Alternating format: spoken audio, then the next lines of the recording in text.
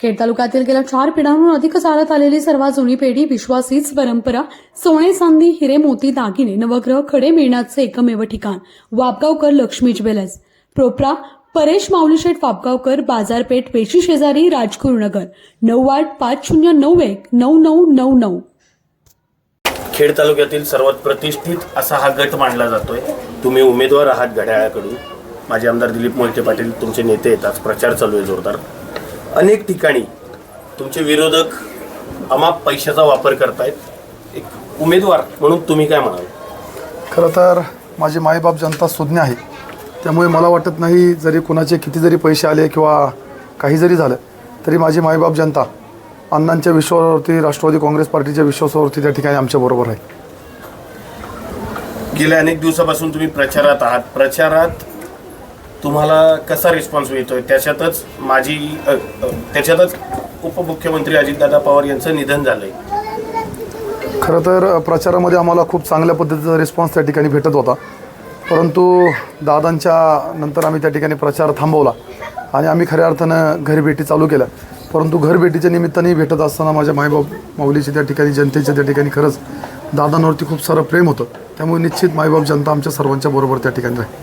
अण्णा, अनेक ठिकाणी विरोधकांनी अशा लोकांना उमेदवारी दिल्यात ज्यांना पैसे पाहून उमेदवारी बाहेर आलेले आहेत किंवा पैसे पाहून ते उमेदवार निवडले गेलेले आहेत. नेमकं या विषयावर तालुक्याची परिस्थिती काय म्हणाल? खरं म्हणजे मी ज्या उमेदवारी दिल्यात ते पैसे पाहून दिलेले आहेत. मी कार्यकर्ता पाहून उमेदवारी दिलेली आहे. आता समोरच्यांनी का असा विचार केला मला माहीत नाही. हा त्यांच्या प्रचाराचा किंवा त्यांच्या विचाराचा भाग असेल. परंतु पावसाळा आला की छत्र्या उगवतात. या छत्र्याचं आयुष्य फार काळ नसतं. समाज माणसं ओळखून वागत असतो. गणेश बोत्रे किंवा तरस परिवार हा गेले अनेक वर्ष सामाजिक जीवनामध्ये काम करतो आहे. तरस परिवाराचे त्या ठिकाणी अश्विनीताईंचे दीर त्या ठिकाणी सरपंच होते. त्या गावाचा सगळा कायापालट केला. ज्या गावामध्ये खरं म्हणजे जायला नीट रस्ता नव्हता, आज त्या गावामध्ये पायाला माती लागत नाही इतकं सुंदर गाव करण्याचा प्रयत्न तरस परिवाराने केला आहे. गणेशनं आपल्या सगळ्यांना आत्ता आपण काही क्षणापूर्वी एक मायाची सावली या घरकुलाचं उद्घाटन केलं. अशी जवळजवळ 6 घरकुलं दरवर्षी एका गरीब कुटुंबाला बांधून देण्याचं ते काम करतात आणि अनेकांचे प्रपंच त्या ठिकाणी बसवण्याचं काम करतात. आज काही पैसे वाचणारे लोक असतील, काही लोकांना असं वाटेल ती तात्पुरती गरज त्यांची भागेल, पण 5 वर्षाची शिक्षा होईल. आज मागच्या विधानसभेच्या कालखंडामध्ये असंच झालं. आज लोक त्याचा पश्चाताप पावतात, कारण गेल्या 6 वर्षामध्ये 1 रुपयाचं काम तालुक्यामध्ये आलं नाही. रस्त्यांना खड्डे पडलेत, विजेची नीट व्यवस्था नाही, पिण्याचं नीट पाणी नाही, अशा अनेक समस्याला आज तालुका सामोरे जातो. आणि ही एक राजकारणामध्ये आपल्याला माहिती की आपल्या विचाराचा माणूस असेल तर लोक भरघोस मदत करतात, पण आपल्या विचाराचा माणूस नसेल तर तो हात आखडता घेतात. आज अशीच परिस्थिती झाली की तालुक्यामध्ये आपल्या विचाराचा माणूस आमदार म्हणून निवडून नाही आला, त्याचे परिणाम विकासावर होतात. आणि म्हणून सत्तेच्या बाजूनं लोकांनी गेलं पाहिजे आणि आपल्या तालुक्याचा, गावाचा विकास करून घेतला पाहिजे. आज पंचायत समिती आणि जिल्हा परिषदेत निश्चितपणाने राष्ट्रवादी काँग्रेस पक्ष सत्ता येणार आहे.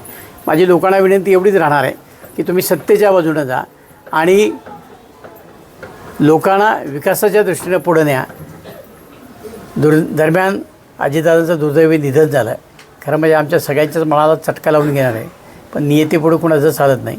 दादांच्या जाण्यानं आमच्या सगळ्या कार्यकर्त्याचं एवढं नुकसान झालं, त्या नुकसानीचं किंवा त्या तोट्याचं आम्ही कुठे शब्दामध्ये वर्तन करू शकत नाही. परंतु दादाने आम्हाला सांगितलं आहे रडायचं नाही, लढायचं. आता आम्ही लढणार आहोत आणि खेड तालुक्यामध्ये पंचायत समितीवर आमचा राष्ट्रवादी काँग्रेस पक्षाचा ध्वज फडकवणार आहोत. त्याचबरोबर जिल्हा परिषदेवर सुद्धा राष्ट्रवादी काँग्रेस पक्षाची सत्ता आणणार आहोत आणि दादांना त्या रूपानं ही श्रद्धांजली आणि मी समर्पित करणार आहोत. अण्णा, जर आज उपमुख्यमंत्री अजितदादा असते तर ते सुद्धा निश्चित तालुक्यात प्रचाराला आले असते वेगवेगळ्या ठिकाणी. मात्र आता दादाच नाही आहेत, तर त्या सहानुभूतीची लाट की आणखीन काय? एक गोष्ट अशी आहे की आम्ही लाटेचा विचार करत नाही, पण आज दादा जाण्यानं जे दुःख आम्हाला झालं आहे त्यामुळे प्रचार काय करायचा. आम्ही आता लोकांच्या गाठ्या भेटी घेतो.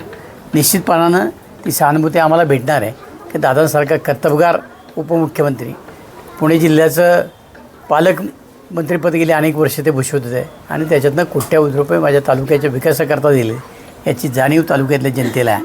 त्यामुळे निश्चितपणानं आम्हाला याच्यामध्ये 100% यश येईल.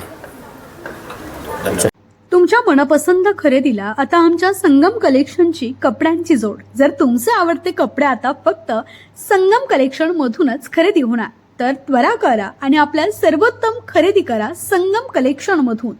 तर आता चॉईस तुमची तर कपडे आमच्या दुकानातून.